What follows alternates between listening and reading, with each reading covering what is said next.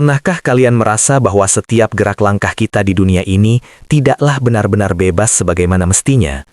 Bayangkan sebuah panggung sandiwara yang sangat besar, di mana kita semua hanyalah penari latar yang bergerak mengikuti irama musik yang sangat samar dan tersembunyi jauh di balik tirai hitam yang sangat tebal. Apakah sejarah yang kita baca di buku sekolah adalah kebenaran yang utuh, ataukah hanya sebuah narasi yang sengaja disusun untuk menenangkan pikiran? Ada sebuah rahasia yang berbisik di lorong-lorong kekuasaan, sebuah kebenaran pahit yang mengatakan bahwa dunia ini dikendalikan oleh tangan-tangan tak terlihat yang sangat kuat. Siapakah mereka yang berhak menentukan nasib miliaran nyawa manusia hanya dengan satu jentikan jari di balik meja kayu mahoni yang mewah?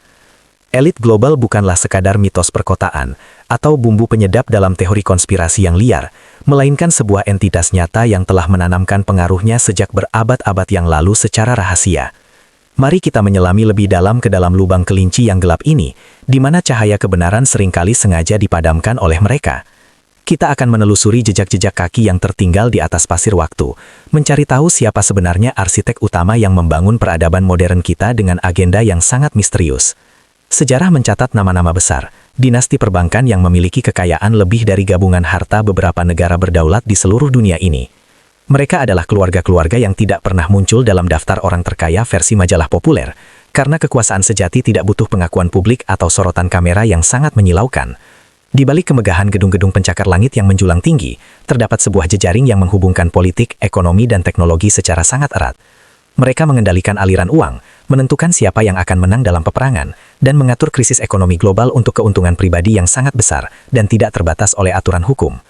Kekuasaan mereka tidak mengenal batas negara atau perbedaan ideologi politik yang seringkali membuat rakyat jelata bertengkar dan saling membenci satu sama lain. Bagi mereka, negara hanyalah pion di atas papan catur, sementara pemimpin-pemimpin dunia hanyalah pelaksana tugas yang harus tunduk pada perintah dari sang majikan agung yang tersembunyi. Bagaimana mungkin segelintir orang bisa memiliki kendali yang begitu mutlak atas miliaran manusia yang menghuni planet bumi yang sangat luas ini? Rahasianya terletak pada kendali informasi dan pendidikan yang telah dirancang sedemikian rupa agar kita tetap patuh dan tidak pernah mempertanyakan sistem yang sedang berjalan dengan sangat rapi. Sejak kita lahir, kita telah dimasukkan ke dalam kotak-kotak pemikiran yang membatasi imajinasi dan kemampuan kita untuk melihat kebenaran yang sesungguhnya terjadi. Kita diajarkan untuk melejar harta, status, dan pengakuan sosial. Sementara mereka yang berada di puncak piramida tertawa melihat kita yang terus terjebak dalam perlombaan tikus. Simbol-simbol keberadaan mereka bertebaran di mana-mana, mulai dari mata uang yang kita gunakan setiap hari hingga arsitektur kota yang sangat ikonik. Pernahkah kalian memperhatikan simbol mata satu yang mengawasi dari puncak piramida pada lembaran uang dolar? Sebuah pengingat bahwa ada yang selalu melihat setiap gerak-gerik dan langkah kaki kita. Mata itu melambangkan pengawasan yang maha luas, sebuah sistem intelijen yang tidak pernah tidur untuk memastikan bahwa tidak ada satupun yang memberontak. Mereka menggunakan teknologi canggih untuk memantau percakapan kita, melacak lokasi kita, dan bahkan mempelajari pola pikir kita melalui algoritma media sosial yang sangat cerdas dan manipulatif setiap harinya. Semua data yang kita bagikan secara sukarela di dunia maya adalah bahan bakar bagi mesin kekuasaan mereka untuk memprediksi masa depan kita semua. Mereka tahu apa yang kita sukai, apa yang kita takuti, dan bagaimana cara memicu emosi kita agar kita tetap terpecah belah dan mudah untuk dikendalikan sepenuhnya tanpa ada perlawanan. Konflik antar bangsa seringkali sengaja diciptakan untuk menciptakan ketakutan di hati masyarakat, sehingga mereka bisa menawarkan solusi yang menguntungkan agenda jangka panjang mereka. Ordo ab chaos atau tatanan dari kekacauan adalah semboyan yang mereka gunakan untuk membangun sistem baru di atas puing-puing kehancuran yang mereka buat sendiri secara sengaja. Di balik masker kesehatan, krisis energi, dan perubahan iklim, terdapat benang merah yang menghubungkan semuanya menuju satu tujuan utama, yaitu kontrol total dunia. Mereka menginginkan sebuah pemerintahan global tunggal di mana setiap individu tidak lagi memiliki privasi dan hak milik pribadi yang berdaulat atas dirinya sendiri secara utuh dan bebas dari tekanan manapun. Mari kita tengok ke masa lalu, ke sebuah pertemuan rahasia di sebuah pulau terpencil yang menentukan arah ekonomi dunia untuk selamanya tanpa sepengetahuan kita. Di sana, para bankir elit berkumpul untuk mendirikan sistem perbankan pusat yang memungkinkan mereka mencetak uang dari udara kosong dan membebani seluruh umat manusia dengan utang yang tidak akan pernah bisa lunas. Dengan menguasai suplai uang, mereka secara otomatis menguasai hidup dan mati setiap orang, karena tanpa uang, roda kehidupan modern akan berhenti berputar seketika. Mereka bisa menciptakan kemakmuran palsu atau depresi ekonomi yang mengerikan, hanya dengan mengatur suku bunga atau menarik peredaran uang dari pasar global yang sangat rentan terhadap manipulasi tingkat tinggi ini. Pendidikan juga menjadi senjata utama mereka untuk memastikan bahwa generasi mendatang tetap menjadi budak yang produktif dan patuh pada sistem yang ada sekarang. Kurikulum sekolah dirancang untuk menciptakan pekerja yang pintar secara teknis namun buta secara spiritual dan tidak memiliki kemampuan berpikir kritis terhadap struktur kekuasaan yang mengontrol kehidupan mereka secara menyeluruh sejak dini. Media massa yang seharusnya menjadi anjing penjaga demokrasi kini telah dibeli dan dikuasai oleh segelintir korporasi raksasa yang berafiliasi dengan kelompok elit global tersebut. Berita yang kita konsumsi setiap hari telah disaring dan dipoles agar sesuai dengan narasi yang ingin mereka tanamkan ke dalam alam bawah sadar kolektif masyarakat dunia secara perlahan namun pasti. Film, musik, dan hiburan populer lainnya seringkali mengandung pesan-pesan subliminal yang bertujuan untuk menormalisasi agenda-agenda tertentu yang sebelumnya dianggap tabu atau sangat aneh. Kita secara perlahan digiring untuk menerima perubahan sosial yang drastis tanpa menyadari bahwa itu semua adalah bagian dari rekayasa sosial skala besar yang sedang dilakukan oleh para arsitek dunia. Organisasi-organisasi internasional yang terlihat mulia di permukaan seringkali hanyalah kedok bagi pertemuan rahasia di mana kebijakan-kebijakan yang merugikan rakyat kecil diputuskan secara sepihak. Di balik pintu tertutup, mereka membahas tentang pengurangan populasi, kontrol pangan, dan penggunaan teknologi untuk memodifikasi perilaku manusia agar lebih mudah diatur seperti robot yang tidak memiliki perasaan sama sekali. Apakah kalian merasa bahwa cuaca sekarang semakin tidak menentu dan aneh? Ataukah ada teknologi yang sengaja digunakan untuk memanipulasi atmosfer bumi demi kepentingan tertentu? Beberapa percaya bahwa eksperimen geoteknik sedang dilakukan secara masif untuk menciptakan kelaparan atau bencana alam yang bisa memaksa penduduk dunia untuk meminta bantuan kepada pemerintah global tunggal yang sedang mereka persiapkan dengan sangat matang. Ketakutan adalah alat kontrol yang paling efektif yang pernah mereka ciptakan dalam sejarah panjang umat manusia di muka bumi yang penuh misteri ini. Dengan membuat kita merasa tidak aman, mereka bisa dengan mudah melucuti hak-hak dasar kita demi alasan keamanan nasional atau keselamatan bersama yang sebenarnya hanyalah sebuah ilusi yang sangat menyesatkan pikiran kita semua.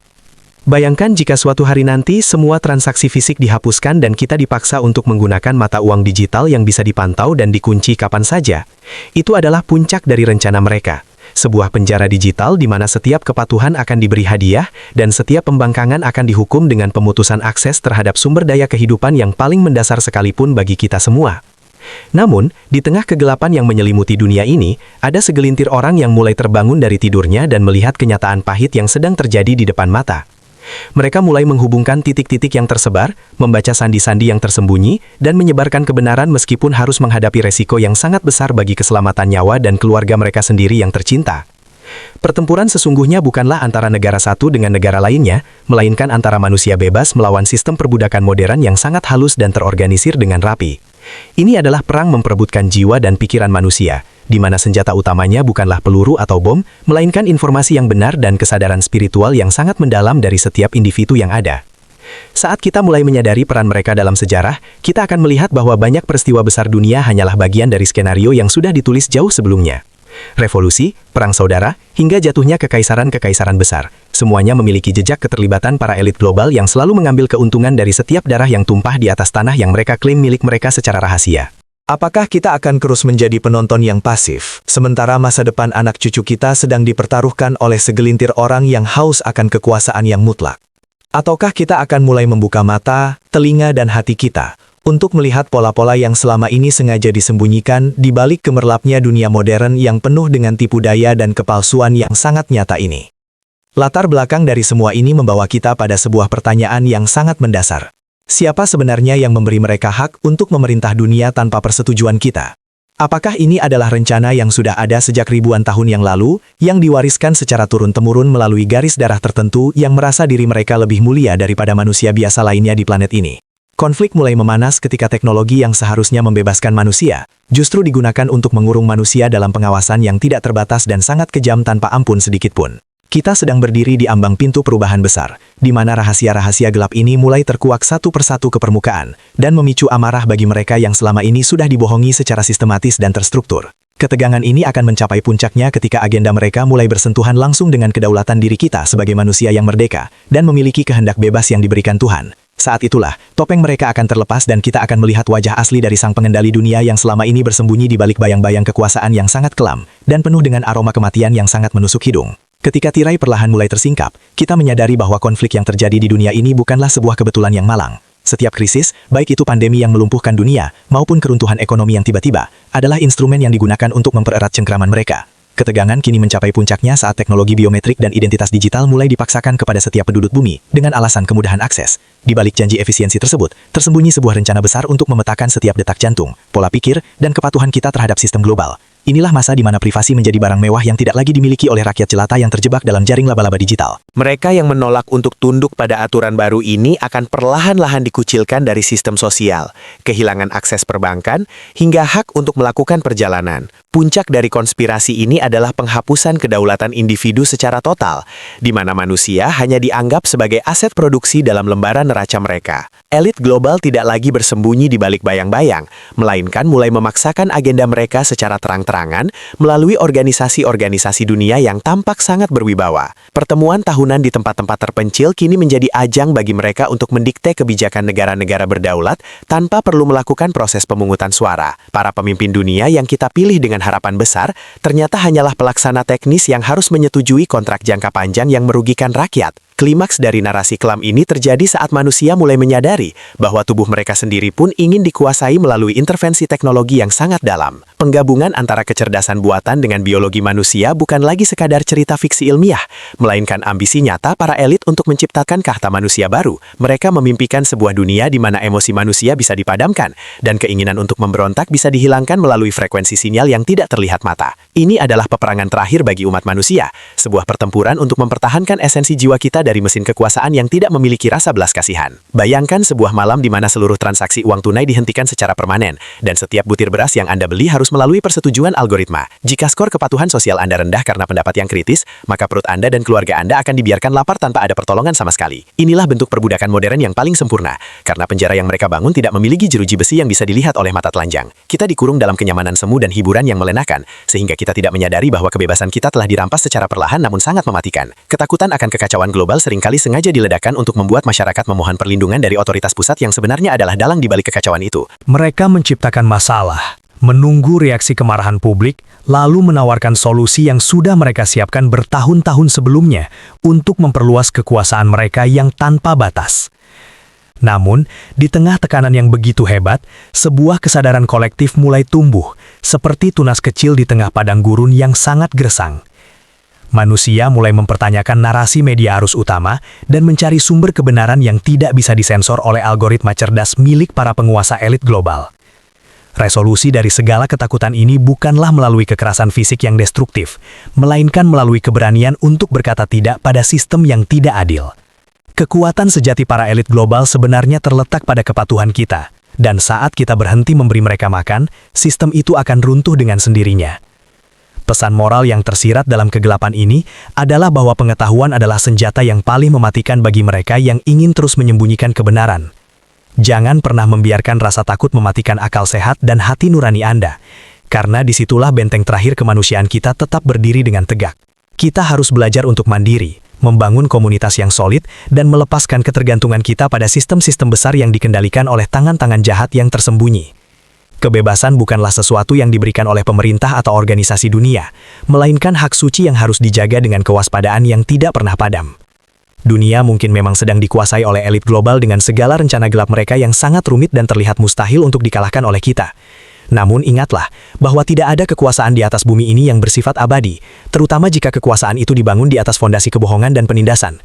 Sejarah selalu berulang, dan setiap tirani yang merasa dirinya Tuhan akhirnya akan menemui titik kehancurannya sendiri melalui kesombongan dan kerakusan yang mereka pelihara. Tugas kita adalah tetap terjaga, tetap waspada, dan jangan pernah biarkan cahaya harapan di dalam jiwa kita padam oleh narasi ketakutan yang mereka sebar. Sebagai penutup, perhatikanlah sekeliling Anda dengan lebih saksama mulai hari ini, dan jangan telan mentah-mentah apa yang disajikan di layar kaca atau ponsel Anda. Kebenaran seringkali tidak bersuara lantang. Ia berbisik dalam keheningan bagi mereka yang mau mendengarkan dengan hati yang jernih dan pikiran yang tetap merdeka sepenuhnya. Dunia ini adalah milik kita bersama, bukan milik segelintir orang yang merasa berhak mengatur setiap helaan napas kita demi keuntungan pribadi yang sangat semu. Tetaplah menjadi manusia yang berpikir, Tetaplah menjadi manusia yang merasa, karena itulah satu-satunya hal yang tidak akan pernah bisa mereka miliki atau mereka kendalikan sepenuhnya. Semoga naskah ini menjadi pengingat bagi kita semua untuk selalu menjaga kedaulatan diri dan tetap berani berdiri di jalan kebenaran meskipun badai sedang menerpa. Akhir kata, kegelapan hanyalah ketiadaan cahaya, maka jadilah cahaya itu sendiri di tengah dunia yang sedang mencoba untuk memadamkan setiap harapan yang masih tersisa.